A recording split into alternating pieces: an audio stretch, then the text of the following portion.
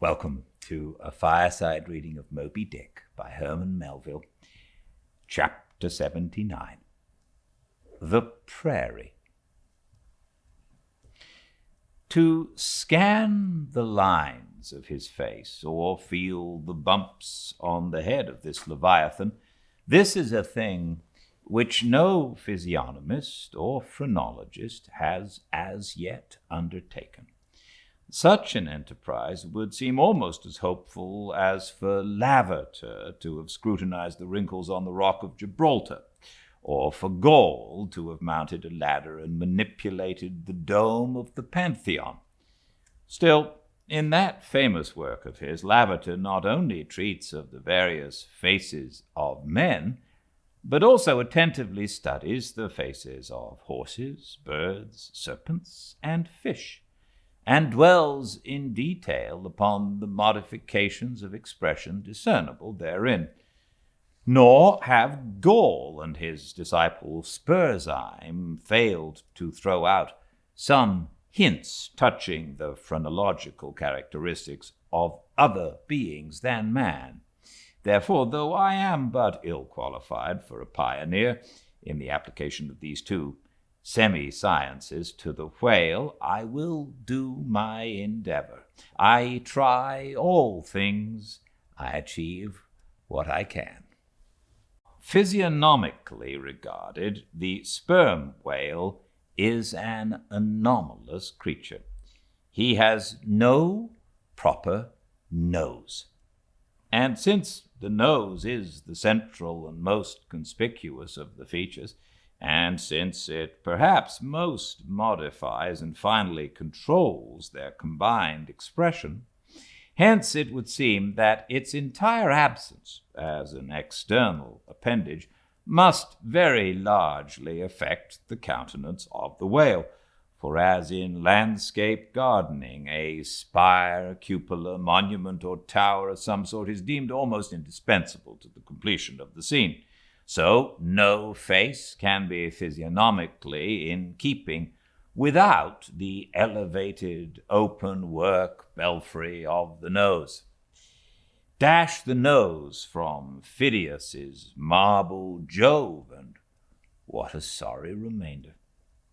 Nevertheless, Leviathan is of so mighty a magnitude, all his proportions are so stately, that the same deficiency which in the sculptured Jove were hideous, in him is no blemish at all. Nay, it is an added grandeur. A nose to the whale would have been an impediment. As on your physiognomical voyage you sail round his vast head in your jolly boat, your noble conceptions of him are never insulted by the reflection that he has a nose to be pulled. A pestilent conceit which so often will insist upon obtruding even when beholding the mightiest royal beadle on his throne. In some particulars, perhaps the most imposing physiognomical view to be had of the sperm whale is that of the full front of his head. This aspect is sublime. In thought, a fine human brow is like the east when troubled with the morning. In the repose of the pasture, the curled brow of the bull has a touch of the grand in it. Pushing heavy cannon up mountain defiles, the elephant's brow is majestic. Human or animal, the mystical brow is as that great golden seal affixed by the German emperors to their decrees. It signifies God, done this day by my hand. But in most creatures, nay, in man himself, very often the brow is but a mere strip of alpine land lying along the snow line. Few are the foreheads which, like Shakespeare's or Melanchthon's, rise so high and descend so low that the eyes themselves seem clear, eternal, tideless mountain lakes. And all above them In the forehead's wrinkles you seem to track the antlered thoughts descending there to drink, as the Highland hunters track the snow prints of the deer.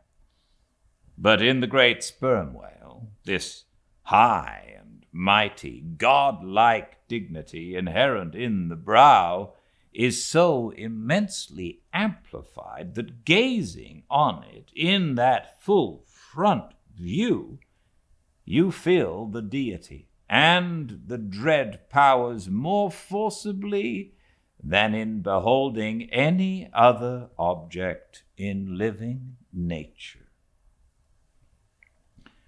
For you see no one point precisely, not one distinct feature is revealed, no nose, eyes, ears, or mouth, no face. He has none proper, nothing but that one broad firmament of a forehead, pleated with riddles, dumbly lowering with the doom of boats and ships and men. Nor in profile does this wondrous brow diminish, though that way viewed its grandeur does not domineer upon you so. In profile you plainly perceive that horizontal semicrescentic depression in the forehead's middle, which in man is Lavater's mark of genius. But how? Genius in the sperm whale? Has the sperm whale ever written a book, spoken a speech? No. His great genius is declared in his doing nothing particular to prove it. It is, moreover, declared in his pyramidical silence. And this reminds me that had the great sperm whale been known to the young Orient world, he would have been deified by their child Magian thoughts. They deified the crocodile of the Nile because the crocodile is tongueless, and the sperm whale has no tongue, or at least it is so exceedingly small as to be incapable of protrusion. If hereafter any highly cultured poetical nation shall lure back to their birthright the merry May-Day gods of old, and livingly enthrone them again in the now egotistical sky, in the now unhaunted hill, then be sure, exalted to Jove's high seat, the great sperm whale shall lord it. Champollion deciphered the wrinkled granite hieroglyphics, but there is no Champollion to decipher the Egypt of every man's and every being's face. Physiognomy, like every other human science, is but a passing fable. If then Sir William Jones, who read in 30 languages, could not read the simplest peasant's face in its profounder and more subtle meanings, how may unlettered Ishmael hope to read the awful Chaldee of the sperm whale's brow? I but put that brow before you. Read it, if you can. Chapter 80, The Nut. If the sperm whale be physiognomically a sphinx, to the phrenologist his brain seems that geometrical circle which it is impossible to square. In the full-grown creature, the skull will measure at least 20 feet in length. Unhinge the lower jaw, and the side view of this skull is as the side of a moderately inclined plane resting throughout on a level base. But in life, as we've elsewhere seen, this inclined plane is angularly filled up and almost squared by the enormous superincumbent mass of the junk and sperm.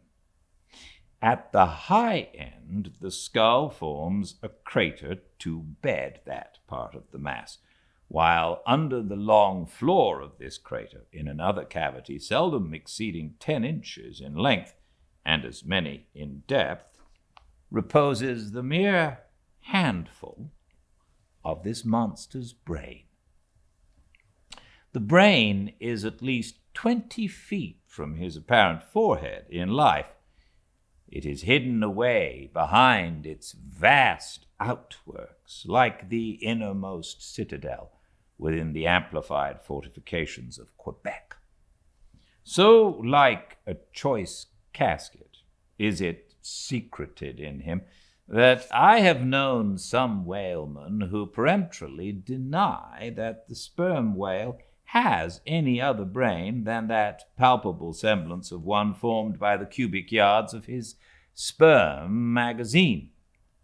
Lying in strange folds, courses, and convolutions to their apprehensions, it seems more in keeping with the idea of his general might to regard that mystic part of him as the seat of his intelligence. It is plain, then, that phrenologically, the head of this Leviathan, in the creature's living, intact state, is an entire delusion. As for his true brain, you can then see no indications of it, nor feel any. The whale, like all things that are mighty, wears a false brow to the common world. If you unload his skull of its spermy heaps, and then take a rear view of its rear end, which is the high end, you will be struck by the resemblance to the human skull, beheld in the same situation and from the same point of view. Indeed, place this reversed skull, scaled down to the human magnitude, among a plate of men's skulls, and you would involuntarily confound it with them, and remarking the depressions on one part of its summit, in phrenological phrase, you would say, this man had no self-esteem and no veneration. And by those negations, considered along with the affirmative fact of his prodigious bulk and power, you can best form to yourself the truest, though not the most exhilarating conception of what the most exalted potency is. But if, from the comparative dimensions of the whale's proper brain, you deem it incapable of being adequately charted, then I have another idea for you. If you attentively regard almost any quadruped's spine, you will be struck with the resemblance of its vertebrae to a strung necklace of dwarfed skulls, all bearing rudimental resemblance to the proper skull. It is a German conceit that the vertebrae are absolutely undeveloped skulls, but the curious external resemblance, I take it, the Germans were not the first men to perceive. A foreign friend once pointed it out to me in the skeleton of the foe he had slain, and with the vertebrae of which he was inlaying in a sort of basso relievo the beaked prow of his canoe. Now, I consider that the phrenologists have omitted an important thing in not pushing their investigations from the cerebellum through the spinal canal, for I believe that much of a man's character will be found betokened in his backbone. I would rather feel your spine than your skull, whoever you are. A thin joist of a spine never yet upheld a full and noble soul. I rejoice in my spine, as in the firm, audacious staff of that flag which I fling half out to the world. Apply this spinal branch of phrenology to the sperm whale. His cranial cavity is continuous with the first neck vertebra, and in that vertebra, the bottom of the spinal canal will measure 10 inches across, being 8 in height, and of a triangular figure with the base downwards. As it passes through the remaining vertebrae, the canal tapers in size, but for a considerable distance remains of large capacity. Now, of course, this canal is filled with much the same strangely fibrous substance, the spinal cord, as the brain, and directly communicates with the brain. And what is still more, for many feet after emerging from the brain's cavity, the spinal cord remains of an undecreasing girth, almost equal to that of the brain. Under all these circumstances, would it be unreasonable to survey and map out the whale's spine phrenologically? For viewed in this light, the wonderful comparative smallness of his brain proper is more than compensated by the wonderful comparative magnitude of his spinal cord. But leaving this hint to operate as it may with the phrenologists, I would merely assume the spinal theory for a moment in reference to the sperm whale's hump. This august hump, if I mistake not, rises over one of the larger vertebrae and is therefore in some sort the outer convex mold of it. From its relative situation, then, I should call this high hump the organ of firmness or indomitableness in the sperm whale, and that the great monster is indomitable, you will yet have reason to know.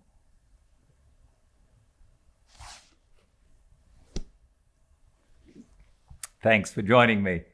More tomorrow, an exciting chapter tomorrow. I hope you can join me at 5 Pacific at Fireside Reading on Instagram.